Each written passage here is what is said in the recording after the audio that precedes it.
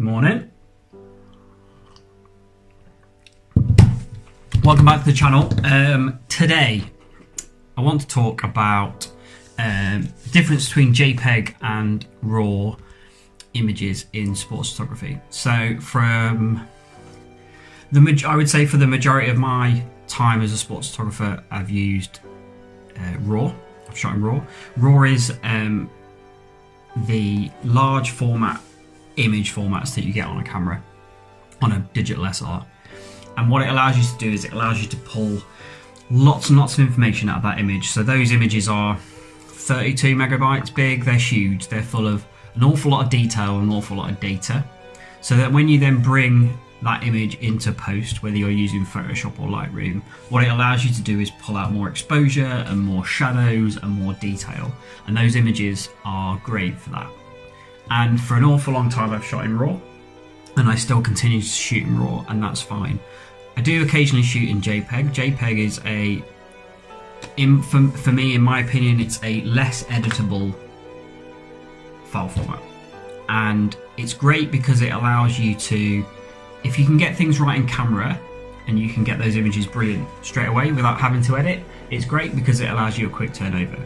But if you need to work on an image and kind of like really bring a lot of it out, then you need to be in RAW. So the times that I tend to shoot in JPEG in the past have been large volume run races where lots of runners are getting an image, or nearly all of the runners are getting an image. And what I'm trying to do, or what we're trying to do, depending on who I'm working with, is we're trying to create lots and lots of volume as opposed to small volume, very, very high quality. And JPEG's great for that. You need to make sure that you're getting all your settings right in camera. You need to make sure all your white balance is right in camera. You need to make sure that all of your JPEG picture styles are sorted out in camera. So has it got enough contrast? Has it got enough sharpening? And that really needs to happen in camera.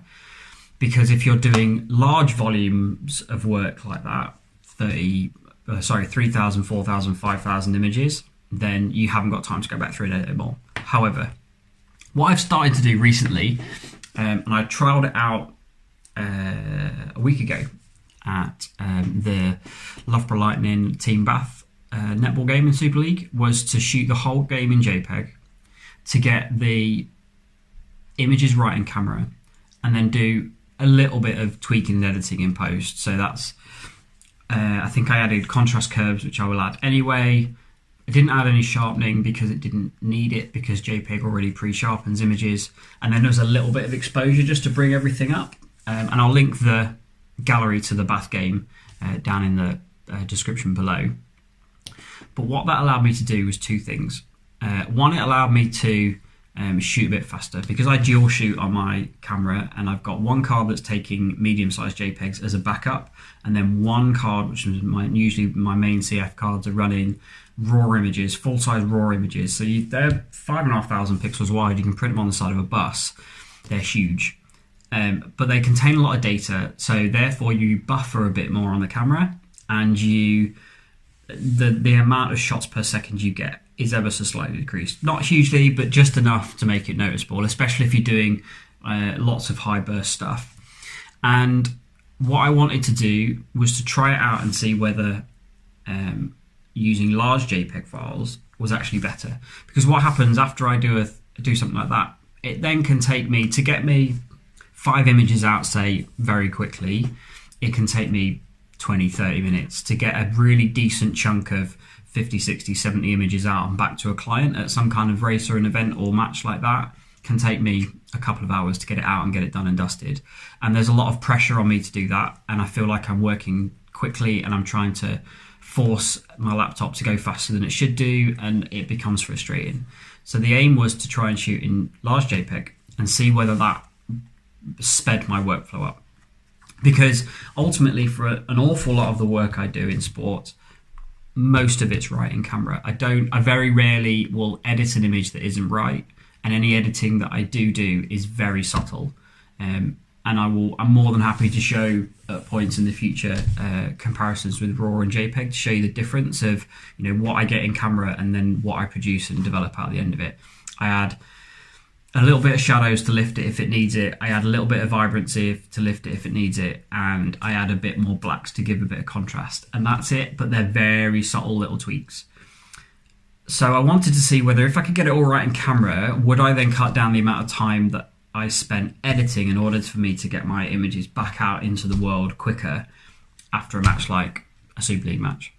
And so I tried it out, and it was, I think I got images, I got all of my stuff done within an hour. So everything was edited, was imported, pre-selected, edited, uploaded into galleries online, sent back to clients and stuff within an hour, which for me is remarkable. And I don't think that the images are a huge amount different for me.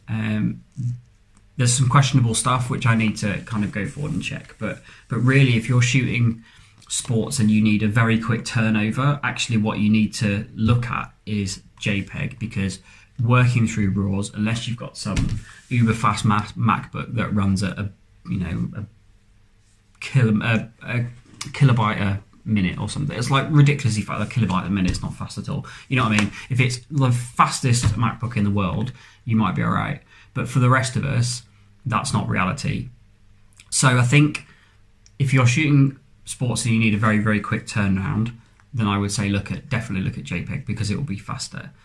But having said that, I won't shoot everything in JPEG. So I did a brand shoot on Monday, and I shot that in RAW because I knew that I wanted to spend the time afterwards working back through those images and making sure they were, as crystal clear as I could, because they're for a brand ambassador, for a decent sized brand. They need some nice quality in there, and I can't really. It's not about speed and efficiency of getting it out. It's just about a high quality image. There is also an argument that if I shoot in RAW and I spend time editing images, I put a really high quality image out. If I shoot in JPEG, then I'm competing with everybody else, and maybe the quality's not there. That's something I'm going to play with as we go on. But really, those are your two options: is RAW or JPEG. RAWs are brilliant. They're an amazing file type. If you've got time and you've got space to work in, and there's no urgency to get images back, shooting RAW all day long, work on those images, make them beautiful. If you have a high turnover, i.e. you need to get stuff out quickly, then get into RAW and figure out how to get everything right in camera. Doesn't mean that you don't edit. You don't just take everything off the camera and straight out onto the internet. Spend some time editing, and that's fine. You just haven't got as much leeway with a JPEG. But it's definitely something that I'll try more and more this year, because for me, speed and efficiency is a big thing. I have clients who want stuff out on the web immediately after a race or an event or a match, and that's a priority for them. So my turnover needs to be fast, and I've resisted shooting in JPEG for a while, but I'm now confident enough to know that what I create in camera is rarely too far away from what I really want to produce back to a client anyway. So it's something that I will do more and more of. So I hope this rambly post has helped a little bit with RAWs and JPEGs. Definitely look into it. If you're here and you shoot sports, definitely look into the differences between RAW and JPEG and see what you can do with both, because both have a place and both are great in my opinion. I'm going to finish my coffee, have a wicked week, and we'll catch up soon.